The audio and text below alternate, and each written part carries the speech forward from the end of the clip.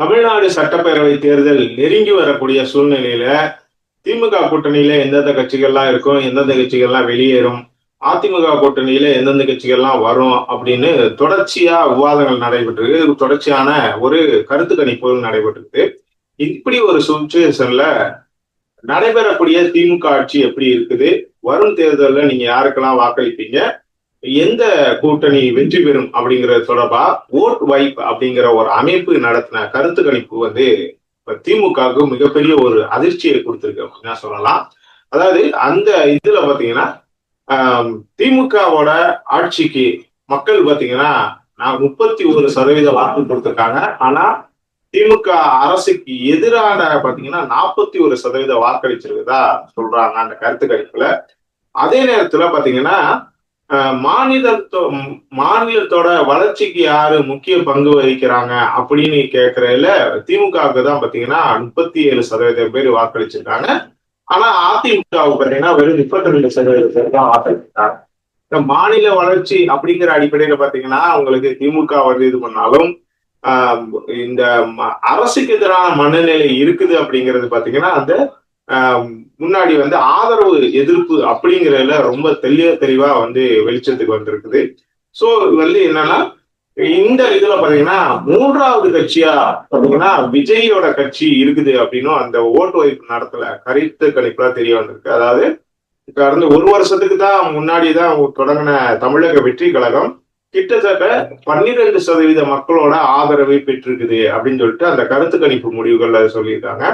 So வரக்கூடிய சட்டமன்ற தேர்தல்ல அதிமுகவோட விஜய் கூட்டணி வச்சா கண்டிப்பா அது திமுகவுக்கு பெரிய தலைவலியை கொடுக்கும். அவங்களோட தோல்விக்கு வந்து அது பெரிய வழியா இருக்கும் அப்படிங்கிற மாதிரி இந்த கருத்து கணிப்பு சொல்லுது.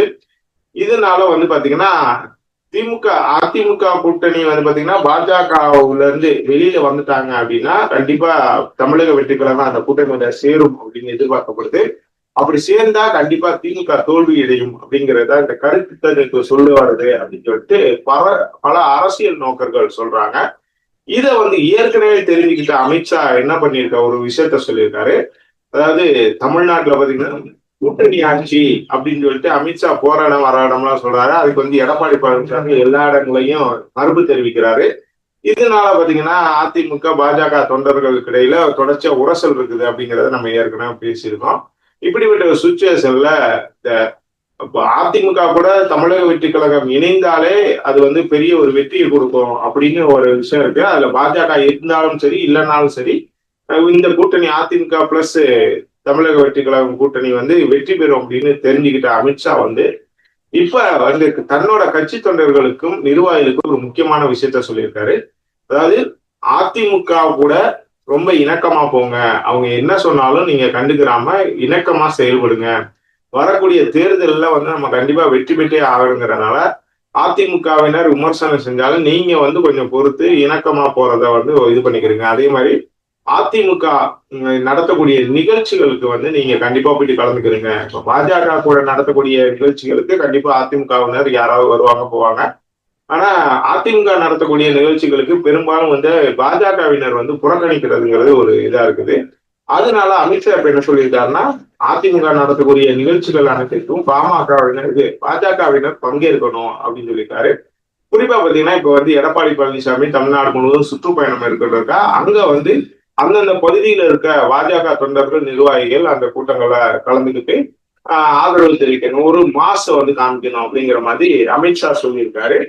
ஸோ இதுல பாத்தீங்கன்னா ஒருவேளை எடப்பாடி பழனிசாமி இந்த எரிச்சல் அடைஞ்சு என்னன்னா வெளியில போயிட்டாரு அப்படின்னா அது நம்மளுக்கு தான் இழப்பு. ஏன்னா எடப்பாடி வெளியில போனா உடனடியா அந்த கூட்டணியில சேர்றதுக்கு விஜய் வந்து காத்திருக்காரு, தமிழக வெற்றி கழகமும் காத்துக்கிட்டு இருக்கிறதுனால இப்ப நம்ம எடப்பாடியை வந்து விட்டுறக்கூடாது அப்படிங்கிறதுல ரொம்ப அமித்ஷா வந்து தெளிவா இருக்கிறதுனால இந்த மாதிரி ஒரு உத்தரவு போட்டுக்காரு. அதே நேரத்துல அமித்ஷா தரப்புல அதாவது பாஜக தரப்புல இருந்து விஜய் தரப்புல ரொம்ப மறைமுகமா பேச்சுவார்த்தை தொடர்ச்சியா நடந்துட்டே இருக்குது. விஜய் தரப்பு என்னதான் அது வந்து இல்லைன்னு சொன்னாலும் அதுக்கான பேச்சுவார்த்தை கண்டிப்பா தொடர்ச்சியா நடந்துகிட்டு இருக்குது. என்ன ஒரு விஷயம்னா இப்ப அதிமுக பாஜக கூட்டணி சேர்ந்து தேர்தலை சந்திக்கும் போது சிறுபான்மையின வாக்குகள் பெரும்பாலும் கிடைக்காது, அதிமுக கூட்டணி கிடைக்காது. ஆனா விஜய் வந்தாருன்னா அந்த சிறுபான்மையின வாக்குகள் 90% சிறுபான்மையின வாக்குகள் நம்ம கூட்டணிக்கு வந்துரும் அப்படிங்கிறது பாஜகவோட ஒரு எண்ணம். அதாவது அமித்ஷாவோட ஒரு கணிப்பு. அதனால இந்த முறை எப்படியாவது வந்து நம்ம வந்து அதிமுக பாஜக தல கூட்டணிக்கு வந்து விஜய் கொண்டு வந்துடணும் அப்படிங்கறத ரொம்ப வந்து தீவிரமா வந்து பாஜக தரப்பு குறிப்பா வந்து அமித்ஷா காய் நகர்த்திட்டு இருக்காரு. விஜய் தரப்பு வந்து ஒரு சில விஷயங்களுக்கு பிடி கொடுக்காம போனாலும் விரைவில் வந்து அந்த தேர்தலுக்கு முன்னாடி வந்து இந்த கூட்டணியில இணையறதுக்கான வாய்ப்பு ரொம்ப ரொம்ப அதிகம் அப்படிங்கறதா உண்மை. இன்னொரு பக்கம்னா அதிமுக கிட்ட வந்து பாஜக ஒரு டிமாண்டே வச்சிருக்காங்க. ஏற்கனவே கடந்த சில நாட்களா என்ன ஒரு விஷயம் சொல்லிட்டு இருக்காங்கன்னா ஆட்சியில பங்கு அப்படிங்கிற ஒரு விஷயத்த சொல்லியிருந்தாங்க. இப்ப என்ன சொல்லியிருக்காங்கன்னா ஒரு 50க்கு மேற்பட்ட தொகுதிகளை எங்களுக்கு கொடுங்க. அது அந்த விஷயத்தையும் நம்ம தான் முதல்லயே வந்து சொல்லியிருக்கோம். ஒரு அதிமுக 2 இடங்கள் இது போட்டிட்டாங்கன்னா ஒரு இடத்துல பாஜக கொடுக்கணும். அதாவது அதிமுக 100 இடங்கள் போட்டிட்டாங்கன்னா பாஜகவுக்கு 50 இடமாவது கொடுக்கணும் அப்படிங்கறதுதான் டிமாண்டை வைக்க போறாங்க அப்படின்னு சொல்லிதான் அந்த டிமாண்டை கிட்டத்தட்ட இப்ப வந்து சொல்லியிருக்காங்க அதிமுக தரப்புல. ஒருவேளை வந்து அந்த டிமாண்டுக்கு வந்து நீங்க ஒத்து வரல அப்படின்னா ஆட்சி அதிகாரத்துல எங்களுக்கு பங்கு கொடுங்க. ஆட்சி அதிகாரத்துல பங்கு கொடுக்க மாட்டோம் அப்படின்னா எங்களுக்கு இந்த டிமாண்ட், அதாவது என்னன்னா நீங்க 2 இடத்துல போட்டிக்கிட்டீங்கன்னா எங்களுக்கு ஒரு இடத்துல வாய்ப்பு கொடுங்க. இந்த மாதிரி வந்து நீங்க 120 தொகுதியில போட்டிக்கிட்டீங்கன்னா எங்களுக்கு 60 தொகுதிகளை கொடுங்க அப்படிங்கிற மாதிரி ஒரு டிமாண்ட் வச்சிருக்காங்க. அது மட்டும் இல்லாம இன்னொரு டிமாண்ட் என்ன சொல்லியிருக்காங்கன்னா நீங்க தனிப்பெரும்பான்மையோட வெற்றி பெறல அப்படின்னா நான் எங்க ஆதரவோட நீங்க ஆட்சி அமைச்சீங்கன்னா கண்டிப்பா எங்களுக்கு கூட்டணி ஆட்சி, அதாவது ஆட்சியில பங்கு கொடுக்கணும் அப்படிங்கிறதையும் பாஜக சொல்லியிருக்காங்க. அதுக்கு கைமாறா இன்னொரு விஷயத்தையும் பாஜக வந்து அதிமுக தரப்புல சொல்லியிருக்காங்க. அதாவது நீங்க வந்து தமிழ்நாட்டுல கூட்டணி ஆட்சியில எங்களுக்கு வந்து பங்கு கொடுத்தீங்கன்னா மத்தியில வந்து உங்களோட உறுப்பினர்கள், அதாவது உங்களோட எம்பிக்களுக்கு நாங்க வந்து மத்திய அமைச்சரவை பதவி தர்றோம் அப்படிங்கிற மாதிரி ஒரு வாக்குறுதியை வந்து இப்போதைக்கு சொல்ல ஆரம்பிச்சிருக்காங்க.